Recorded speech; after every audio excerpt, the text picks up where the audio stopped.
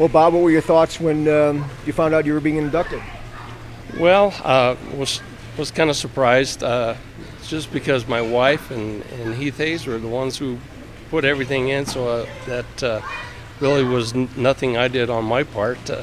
So they let me know, and I was thankful that they did it, I guess, and really appreciate what they did.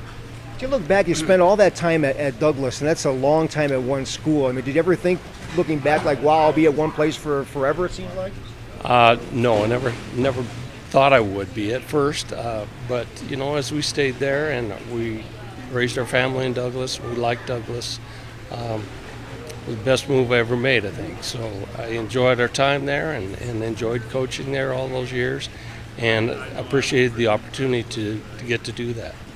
Out of all those years, how much has wrestling changed? I mean, technique-wise, strength-wise, if at all? It hasn't changed a whole lot. Technique, a little different from, 40 years ago, but wrestling's wrestling. Sports are sports, kids are kids. So, it's the names change, things like that, but all in all, it hasn't changed a whole lot.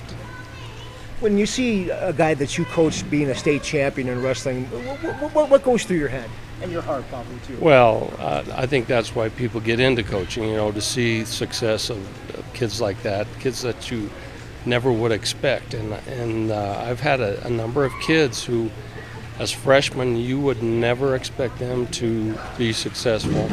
And by the time they were seniors, they were state champions. And I think that's what keeps us all going, is those success stories like that.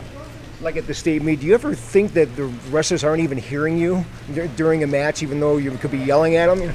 I wonder sometimes whether they're listening or not, even in practice. But, I think as far as the coaching, it's already done. By the time you get to state,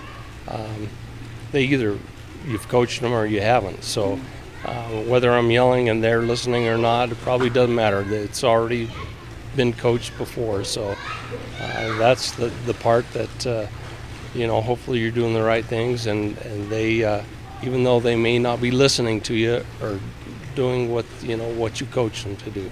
Last thing, you're a longtime assistant is being inducted as well. How does that feel? It's a good feeling that we both are going the same year.